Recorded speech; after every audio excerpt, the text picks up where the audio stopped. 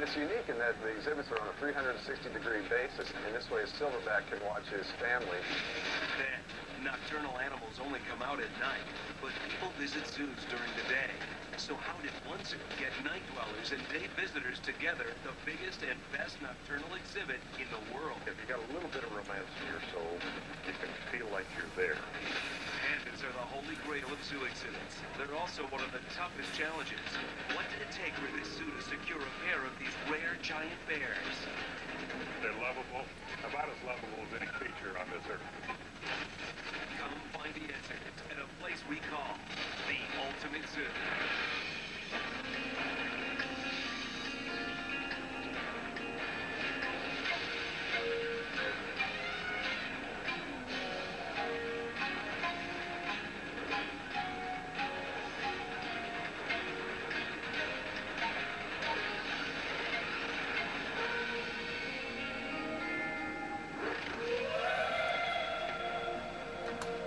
Deep in the wilds of Western Africa, a group of lowland gorillas, led by the fearsome silverback, migrate or travel up to a mile each day through their territory, foraging for their daily 40-pound diet of leaves, stems, roots, and berries. But as natural as this family outing is in the wild, it was a lost activity for most gorillas in captivity. But one zoo changed all that. In 2000, Louisville Zoo in Louisville, Kentucky, set out to create one of the most complicated gorilla exhibits in the world. An environment that would allow up to 3 rival gorilla groups to migrate to different habitats, just as they would in the wild. And this gorilla forest would do more than just provide exercise and food gathering. It would recreate the gorilla's wild experience better than any other on the planet. And hopefully, for some, even offer a new lease on life.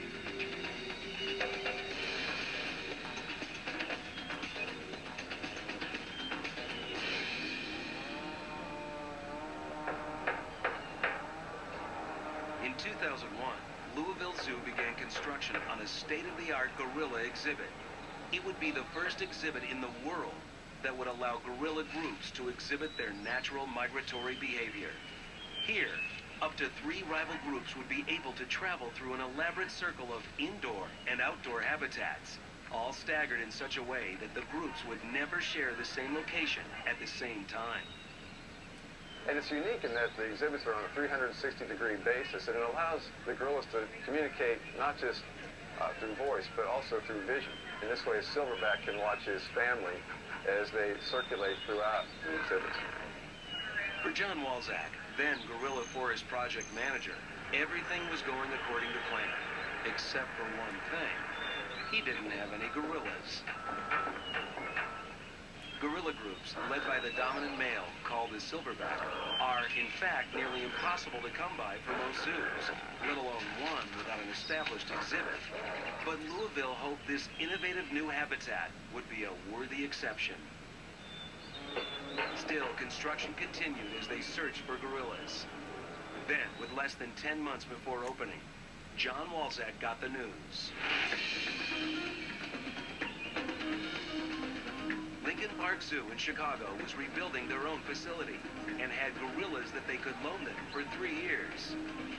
Silverback Frank had led several groups and sired 13 offspring at Lincoln Park, and now would be the leader of Louisville's first group.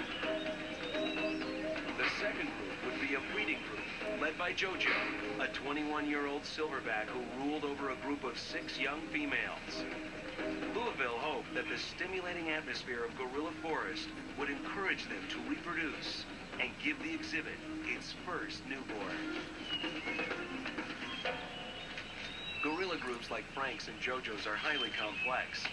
From the great silverback to the smallest female, they have a serious hierarchy, one permeated by a soap opera of moods and feuds. Gorilla Forest was designed with this in mind. It's a flexible environment that would allow rival groups to travel through a circular system of habitats, interconnected by a maze of see-through transfer tunnels and doors. There you go. These allow the keepers to separate gorillas without inhibiting their movement. Through the building. This room is connected to ours to our left, which is connected to outdoors, and we create a big circular system, what we call a runaround. We give the animals many options. They can be around who they want to be with, or if they're trying to get away from another gorilla, they can access that big circular system. For over a decade of his life, Roby Elsner has been devoted to the well-being of captive gorillas. Come on! He started at the Dallas Zoo while still in college, and then moved to Lincoln Park. 5 years later, he followed Frank and the others to Gorilla Forest, where he was chosen to head up the new exhibit. Soon, it will be up to him to keep track of the gorillas' migration through the complex environment. Perfect cooperation again. There are 2 separate outdoor habitats, each specially landscaped so silverbacks Frank or Jojo would always be able to look down on their group and the public. If the visitors were on the same plane, the silverbacks might take that as a sign of aggression and charge the thick, gorilla-proof glass. Next, the groups could migrate inside where a labyrinth of day rooms and tunnels wind through the building, providing shelter and access routes to the habitats. Here, also Frank and Jojo's groups could see each other.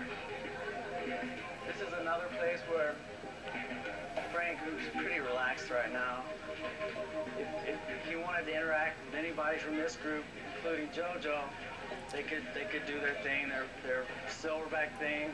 All of it surrounds the exhibit epicenter, a massive 2-story habitat that actually puts the people on the inside of the gorilla migratory path. It's called the Gorillas in the Round, a structure so unique, there's only 2 others like it in the world. This is the 3rd, and we've taken the best ideas of those other 2 exhibits and made this an incredible experience for the staff and the gorillas. And the visitors. Here, they're surrounded 360 degrees by the largest and most powerful of all primates, with only a 1.5-inch thick sheet of dense glass to keep everyone safe. This is what we call the training area. It's a really good spot for people to watch us interact with the animals. The variety of stimulation would be excellent for Jojo and Frank's groups, but keepers also had to make sure to keep them safely separated. A tall order when even the smallest gorilla is a destructive force to be reckoned with. Even though I'd really trust Raleigh right here, who was one of the first gorillas I met at Lincoln Park in Chicago, she's probably about 5 times as strong as me, so I always want something in between.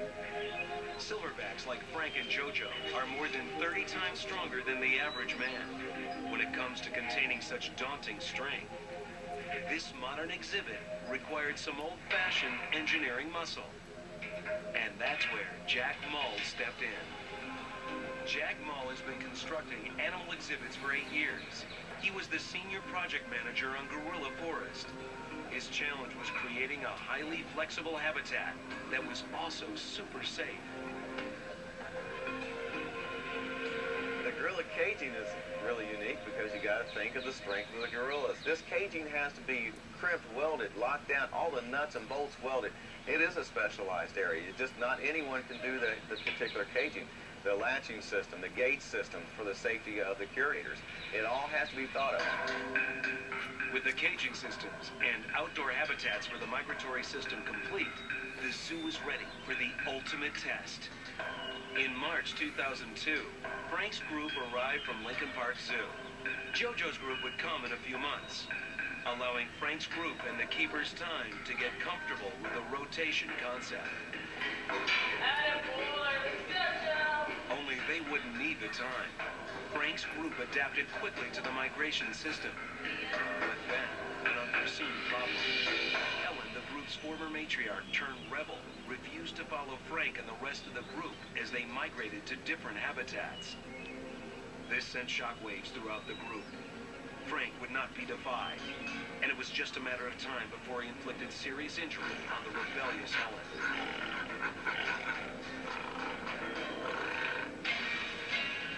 When Ultimate Zoo returns, Roby and his staff must race to bring peace to the group before Gorilla Forest is faced with an all-out war.